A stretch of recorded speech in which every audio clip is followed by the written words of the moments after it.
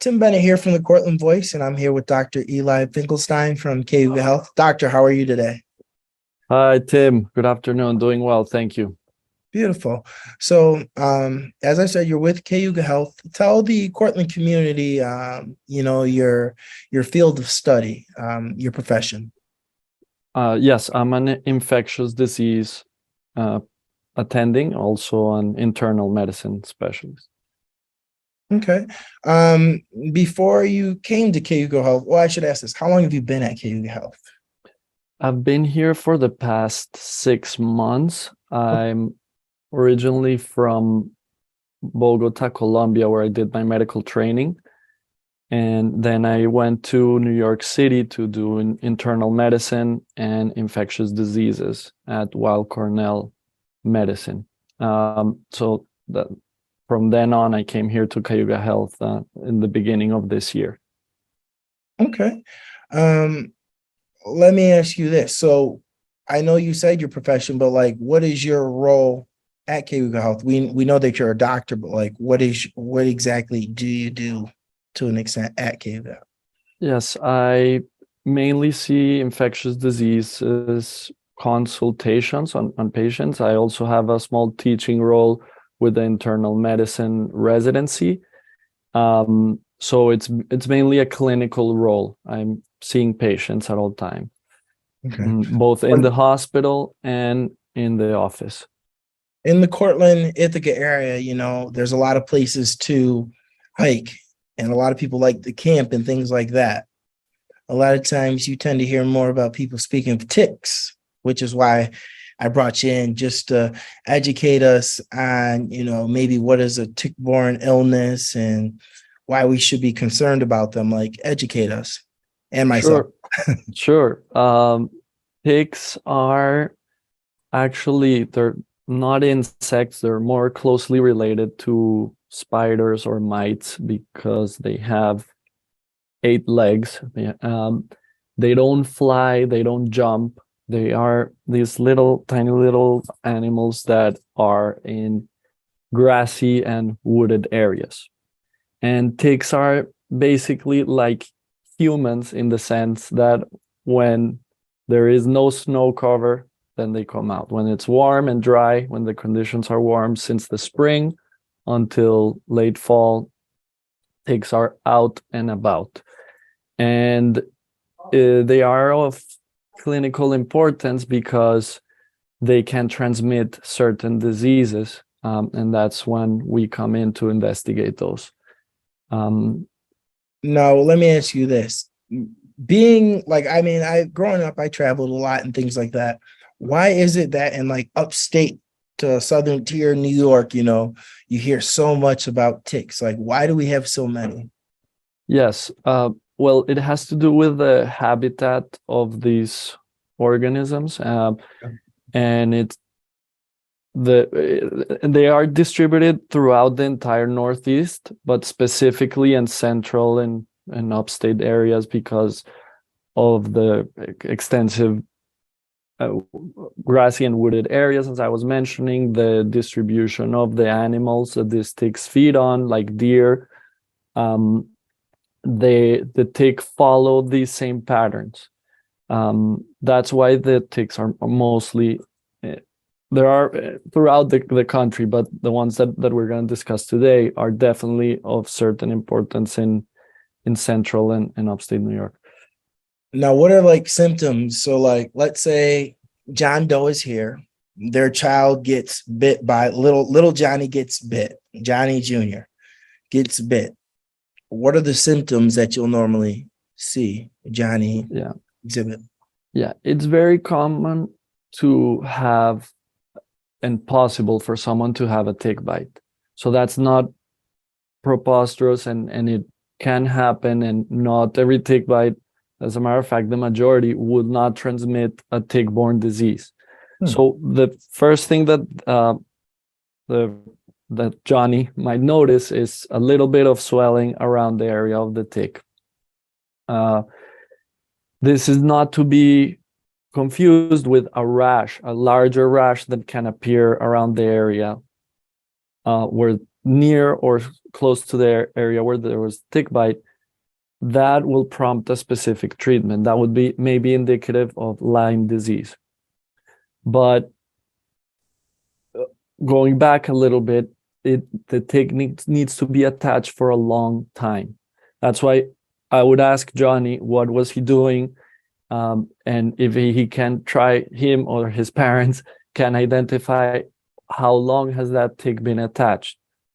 Because the majority of these diseases need the tick to be attached for a long time, more a day or a day and a half, for the tick to be attached and it fully engorged. When it's taking its blood meal, it's basically growing in size.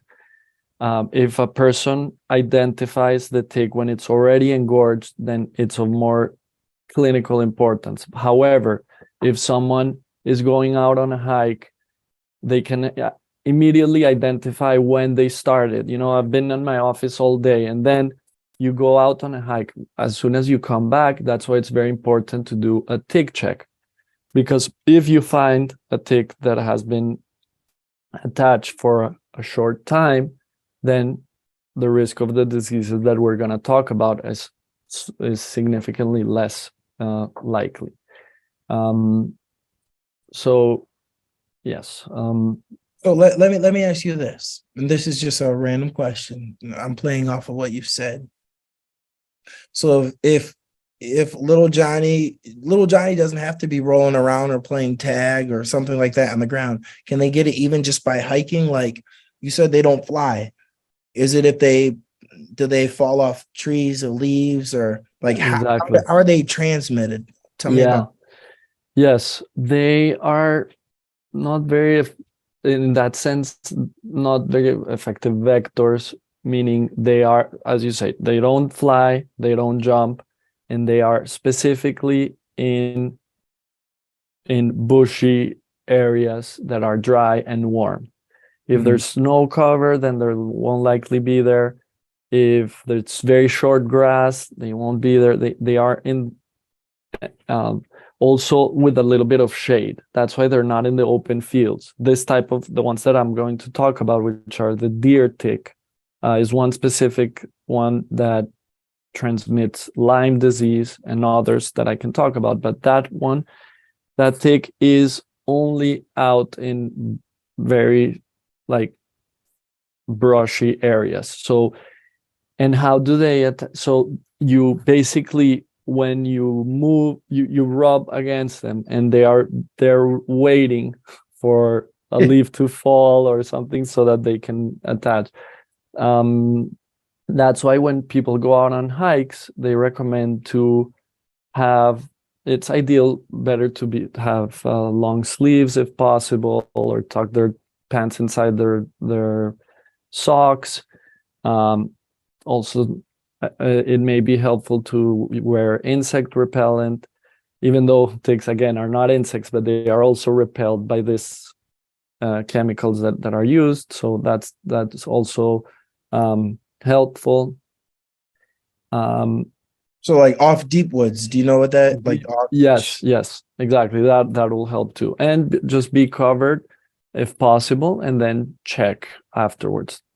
So that's a way to protect themselves. The propellant, tucking socks in the clothes. Okay. Yeah. What are some lesser known or emerging like tick-borne illnesses that people should be aware of? You already spoke of Lyme disease. That's one people may have heard of. They might not know much about it, but I'm sure they've heard of it. Like, absolutely. And we'll talk about Lyme disease because it's probably the most common one here. Okay. There's another one that it was more common in downstate regions. It's called anaplasmosis. I wouldn't say that it's something for us to divulge, and for people to be aware that it's another one that we're seeing more often.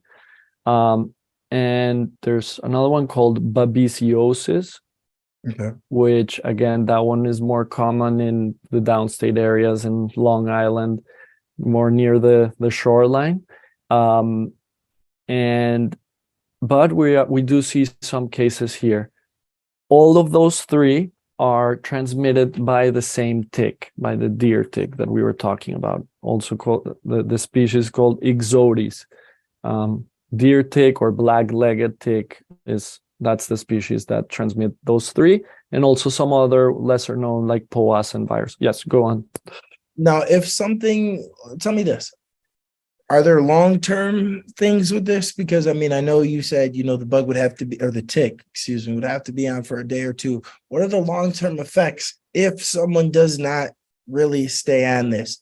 Will they survive? Is it, they're sick for a month? Like, what are the long-term events? Years, Sure, forever, sure, non-curable? Tell me about that. sure.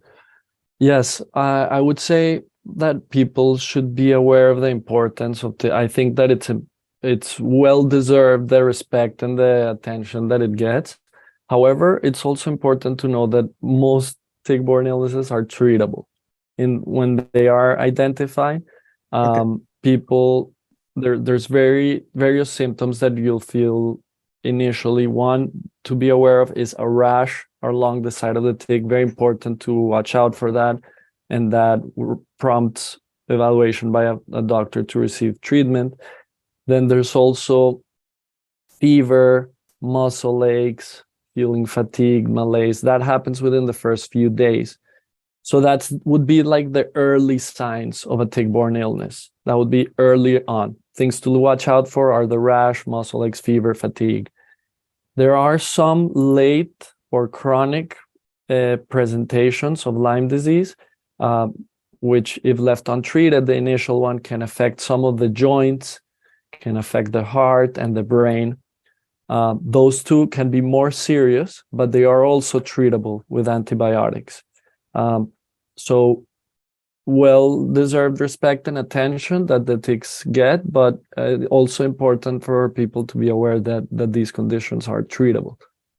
Now, and I didn't ask this and I should have, you said, you check your body and whatnot, and you should be looking to see if there is a tick. Let's say the parent or little Johnny notices that the tick is there. Is it just a pull off? Is it like, I know with different things, I feel like, and I don't want to be wrong, but I might be. Was there something where like, is that the one where you tweeze it out? Am I right? Yes, absolutely. So if let's say you find a tick, what is recommended is to use tweezers. You ideally not to use your hand, but the motion would be the same. It's basically to use the tweezers to grab onto the tick and apply firm and up and pressure moving up to remove it. Ideally, the tick should come out complete, but it not always happens. Sometimes the mouth parts break and they may stay inside of the skin. So in general, if you remove it, that's all you need to. If you pull it out, then you can flush it down the toilet. There's no need to bring it to your doctor or anything. Just ideally notice how engorged, how full of blood they are. That would be useful to know how long it's been there. But let's say you remove it, it comes out, the body comes complete, you flush it down the toilet. If a mouth part stays inside of the skin, don't try to take it out forcibly. Leave it there, wash the area with water and soap, and it will come out on its own, because sometimes trying to be too aggressive removing it can make matters worse. And I'm not aware of, but I would advise against maybe some other natural or some other folk practices of applying anything to that, like Vaseline or something to think. No, don't apply anything. Just pull it off with tweezers. And if you don't have them, I believe the Department of Health always distributes tick removal kits, and you can find those at any drugstore or any pharmacy. Okay. And I don't know if you had said it before, but how big is a tick? I'm curious on that. Excellent question, Tim. So they vary in size. When the spring starts and the very early forms of a tick have not taken any blood meals, they can be quite small, the size of a poppy seed. And the size of a poppy seed, super small. So sometimes you can't even tell. And those are the ones that take the initial blood meal. And early on in the spring and summer, they can transmit certain diseases. So like the ones we spoke about. So those that's called the nymph stage. Then as they start taking blood meals, they become bigger to the size of sesame seed, and then a little bit bigger, but still not a huge, less than a centimeter always. But the ones to be careful of is early on in the spring and summer, early summer, they can be quite small.